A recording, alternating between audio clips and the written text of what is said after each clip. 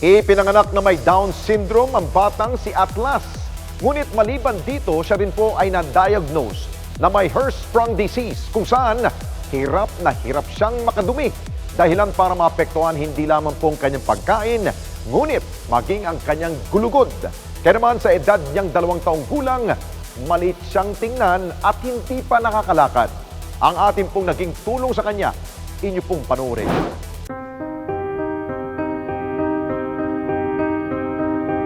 Ito ang liham na natanggap ng programa mula sa isang ina, kung saan hinihiling niya na marespondihan ang kanyang 2 taong gulang na anak na si Atlas, na na-diagnose ang Down syndrome at Hirschsprung disease. Agad kami nakipag-ugnayan kay Pauline Joy upang alamin ang ilang pang detalye tungkol kay Atlas. Matapos nito, nagtungo na ang responde team sa kanilang tahanan sa Barangay Commonwealth, lungsod ng Quezon. Dito na namin mas lubos na naunawaan ang tunay na sitwasyon at kalagayan ni Atlas. Ayon kay Pauline Joy, pagpapanganak pa lamang ay nakitaan na nila ito ng ilang sintomas sa kondisyon nitong Down syndrome. At isang araw pagkalabas nito ng ospital, kinailangan nila itong muling ibalik dahil sa hirap nitong makahinga at unti-unting paglaki ng tiyan. Na-diagnose siya ng Down syndrome. Hindi pa naman, pero nagpa-test pa talaga kami. Inantay namin ng 2 months. Yun nga, na-confirm nga yung Down syndrome niya. Sa Hirschsprung naman, nung una hindi ko siya pinapansin kasi baka akala ko nagagamot lang siya. Tsaka ko lang nung umuwi na kami dito, nandun na yung lumalaki ng sobra yung tiyan niya, nagsusuka na siya ng dumi. Talagang hindi ko alam talaga na ano pala yun, na kailangan pala operation, walang gamot. Ang Hirschsprung disease ay isang kondisyon kung saan nagkakaroon ng epekto sa malaking bituka na nagdudulot ng problema sa pagdaloy ng dumi.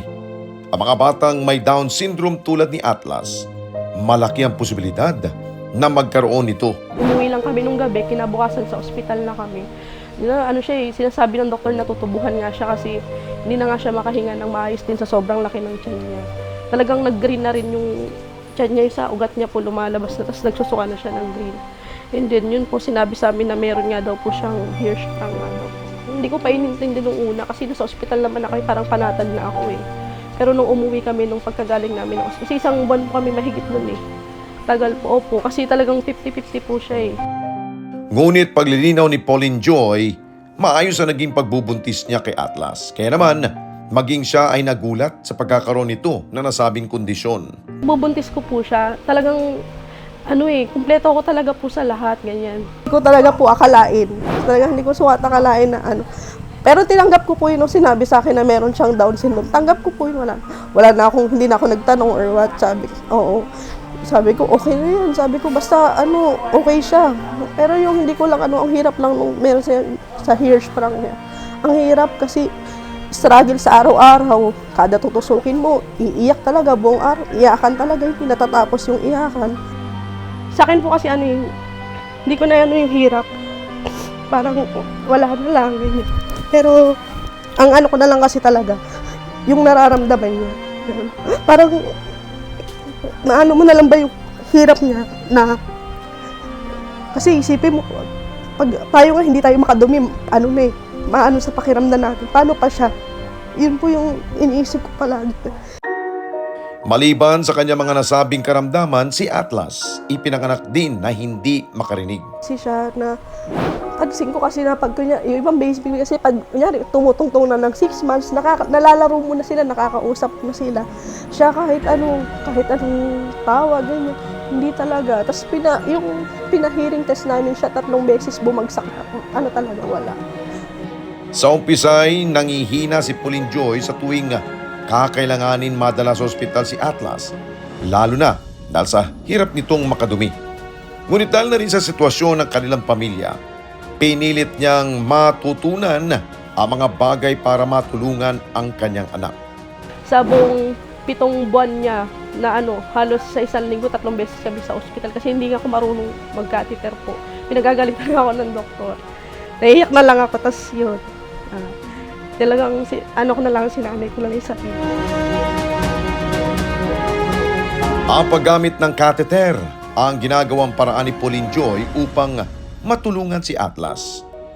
Dahil ayon sa mga doktor, operasyon lamang ang pwedeng maging remedyo sa kondisyong ito ng bata. Kasi pagka ganyan, hindi pa siya na-operahan, nadadamay na yung sa buto niya sa likod. Bali, parang yung buto niya po umuusog. Tapos, pati yung buto niya dito, nag-e-expand po kasi yung dito niya, sa bitukan niya. Kasi sabi ko, hanggat hindi siya na-operahan, baka madamay din sa paglalakad niya. Kaya hindi siya makaano ng lakad. Bali, 3 operation po yun. Pag na-operahan po siya ngayon, yung unang operation po niya, ilalabas po yung bituka niya.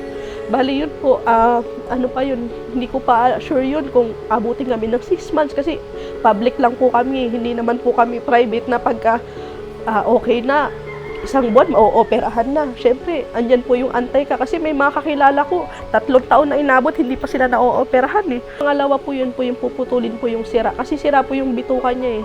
May puputulin po yun. Pagkatapos puputulin yun, di ba idudugtong na po. And then yung pangatlo yun po yung ibabalik na po yung bituka niyang nilaban. Ngunit dahil hindi naman sumasapat ang kinikita ng kanyang asawa at hindi rin siya makapaghanap buhay dahil sa pagtutok kay Atlas, madalas talaga nilang pinoproblema ang medikal na pangangailangan nito. At maging ang ilang pa nilang gastusin, lalo na't may 3 pang maliliit na bata ang umaasa sa kanya. Sinubukan ko naman po magtrabaho, kaya lang nandiyan yung tatawag yung biyanan ko na laging emergency, pinagagalitan ako sa trabaho, ganyan. Tinigil ko na lang, sabi ko kasi, totoo talaga, hindi kaya talaga kasi sa araw-araw na maintenance niya, talagang kailangan talaga. Sa ngayon po, nagtinda po ako, nagluluto-luto ako pang tos-tos talaga. Ngayon, talagang, literal, hindi ko siya maiwanan talaga. Lalabas ako pagka meron akong importanteng pupuntahan, tapos siya, maya-maya na akong tanong yan, kamusta na, sige, ganyan. Kasi siya parang kumbaga, kilala niya na rin ako magngangawa lang siya, mag-iiyak siya maghapon pag hindi ako nakita. Mahirap po. Tapos hindi mo alam, baka hindi po kasi siya nakakautot. Kaya bali ang niya, lalong lumalaki yung tiyan niya. Tapos doon na po talaga yung masama na yung pakiramdam niya. Sa kabila man ng hirap sa buhay, ginagapang pa rin nila ang mga pangangailangan ni Atlas at ng iba pa niyang anak. Bawal na pagkain. Ngayon, tiyaga ako ngayon sa gatas niya. Magastos talaga gatas. Ang hirap po kasi minsan wala talagang pagkukuhaan ngayon. Minsan nabibili mo, swak na lang Pero hindi ko talaga siya inaanuhan na mawalan talaga ng gatas. Talagang tiyaga talaga. Sabi ko kahit anong tiyaga na lang talaga. Kasi yun na lang din yung pwede. Sa kanin, gusto ko man siyang pakainin ng kanin. Kaya lang pagka magdudumi na kami, andun na yung bara, ang dami ng kasi sobrang tigas ng dumi niya. Hindi ko na, maiiyak ka na lang kasi ang tagal namin, habutin na kami ng oras, siya iyak na lang siya naiyak. Ikaw na, marang mai-stress ka na lang kasi hindi mo alam kung naawa ka na. Kaya talagang struggle talaga sa araw-araw. Iniisip talaga paano namin maso-survive. Pag lumipas naman yung araw, pag hindi mo siya kawawa naman siya. Parang kumbaga na, kung ano na lang din yung maabot kasi, parang ako kasi, diskarte na lang din talaga kasi kung hindi ka didiskarte, makikipag-away ka pa sa iba. Wala ka namang magagawa. Galit ka lang. Yung anak mo, kawawa naman. Oo, gano'n na lang po. Parang, ang ko na lang, ang lagi ko isip, paano kami survive sa,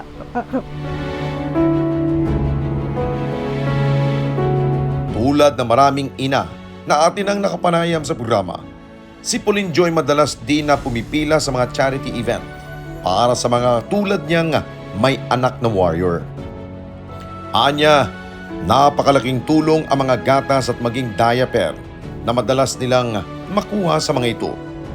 Higit pa riyan, nakakakilala siya ng mga magulang na nagiging sandigan din niya para patuloy na lumaban sa iba't ibang pagsubok sa buhay nilang mag-ina.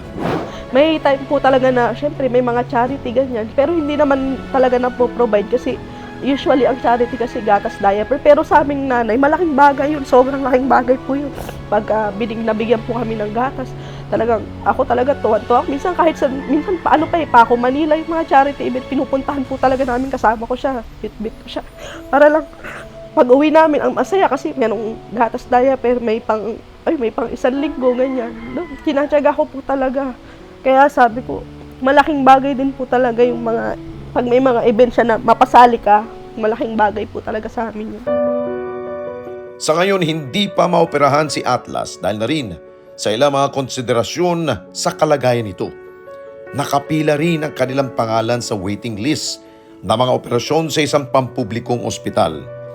Positibo pa rin si Pauline na malampasan nila ang lahat ng ito. Kasi since birth po, hindi po siya nawawala ng pneumonia. Bali yun po yung naging ng doktor kada kami. Ang hirap kasi syempre papabalik-balikin nila kami, biyahe. Ngayon siya, sa init, lamig, iba-iba yung panahon. Hindi siya gumagaling. Minsan sinabihan pa kami ng doktor, may TB siya eh. Pinaano namin siya. Nung una po, nag-positive siya, nagka-TB siya. Opo, tapos okay na po yun. Tapos binigyan nila kami ng schedule na naman, December 14. Hindi okay na po. Tapos nalaman na lang namin na sinabi niya, meron nga daw siyang pneumonia na naman sa x-ray. Hindi na naman po natuloy. Lumipat na po kami ng ospital. Nilipat ko po siya ng ospital. Doon po nagawa yung biopsy niya. Ngayon, na-biopsy po kami, na-admit po kami ng February. Ngayon po, nag-aantay po kami sa result kung ano po mangyayari. And then, panibagong laboratory na naman uli kami sa mga, kung may sakit ba siya, kung kaya na siyang operahan. Ganun po, antay po uli kami. Bali, ano ko lang talaga na, syempre, yung pamasahe, gastos, ganyan. Hindi naman lagi lahat libre kasi talaga po, kung totoosin, may mga bagay talaga na minsan pag wala sa ospital mo, ilalabas mo yung gamot, ganyan. Kaya sabi ko, pag meron talaga na kailangan na pumunta ng ospital, sinatyaga ko na, sabi ko, kahit walang matira, laban na yan. Kasi may time na ospital ka, 20 lang dala ko talaga. Opo. Pero sabi ko, makasurvive kami, makauwi, ganyan, okay na. Sabi.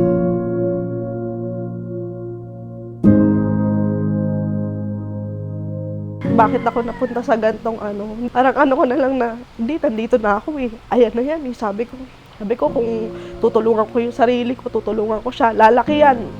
Hindi naman habang buhay ganito eh, sabi ko. Hindi naman habang buhay mahirap, sabi ko.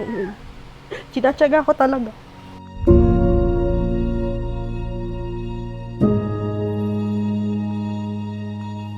Matulungan na lang siyang gumaling, gano'n na lang po. Tapos kung ano na yung kahinatnan namin pag sabi ko okay na, laban na yan.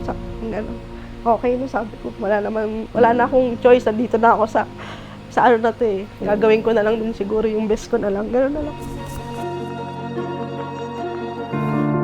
Maliban sa operasyon, batid namin ang pinakaagarang responde na kailangan ngayon ni Atlas ay ang mga medical supplies at ilang gatas para sa kanyang araw-araw na gamutan.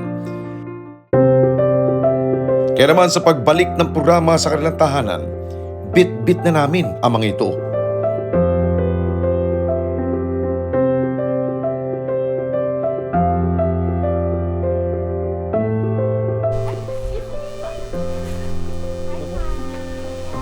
Yes, thank you po.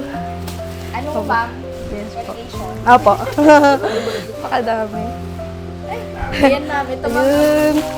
Ano? Ito ma'am actually, bilang naman. Ito pa po yung irrigation Wow, pipe. ang dami. Tapos syempre po, dinagdagan na rin namin yung Yung panggatas sa diaper ni Baby. Atlas. Thank you po. Maraming salamat po. Ma'am, paano makakatulong itong mga binigay po natin kay Atlas? Yung ito pa lang po, sobra pong nagpapasalamat na po ako. Kasi dito pa lang talaga, ito po talaga yung sobrang need namin talaga ngayon. Kaya malaking bagay po sa amin. Hanggat hindi pa siya na-ooperahan, ito po talaga yung kailangan namin. Maraming salamat po. Maraming po sa inyo, Responde po. Maraming salamat po sa inyo sa pinadala niyo po sa aming biyaya. Sana po marami pa po kayong matulungan.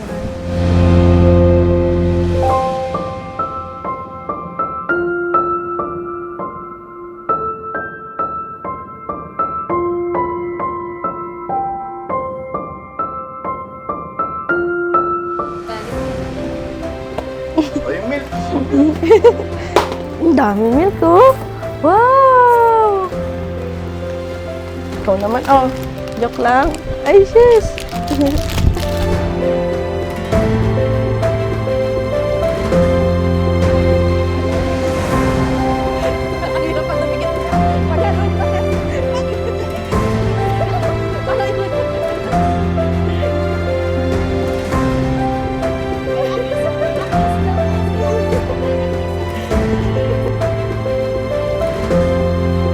Mabigat mang isipin na sa kabila ng kanyang mga ngiti, alam natin ang tahimik niyang paglaban sa kanyang karamdaman hindi ba natin lubusang mapawi ang sakit na nararamdaman ng batang si Atlas? Tulad ng kanyang ina, hiling ng programa na marespondihan siya sa lalong madaling panahon. Mga karesponde natin dito sa Net25, umabot na po ng 1 million subscribers ang ating YouTube channel. Kaya naman, masaya kami na ibahagi sa inyo na natanggap na natin ang YouTube Gold Play button. Dahil po yan sa walang sawa ninyong pagtangkilik sa mga programa ng Net25, lalong-lalo na po sa Responde Mata ng Mamamayan. Kaya naman, congratulations po sa ating lahat. Keep on sharing, mga karesponde. Gawin nating viral ang bawat content natin ng pagtulong at pagresponde sa higit na nangangailangan. Maraming salamat po sa inyong lahat. Mga kababayan, salamat po sa inyong pong pagsubaybay sa Responde Mata ng Mamamayan. Para mapanood pa ang iba pa naming pagresponde sa ating mga kababayan, i-click lamang ang subscribe button at i-follow lamang ang Net25 social media pages at Net25 TV.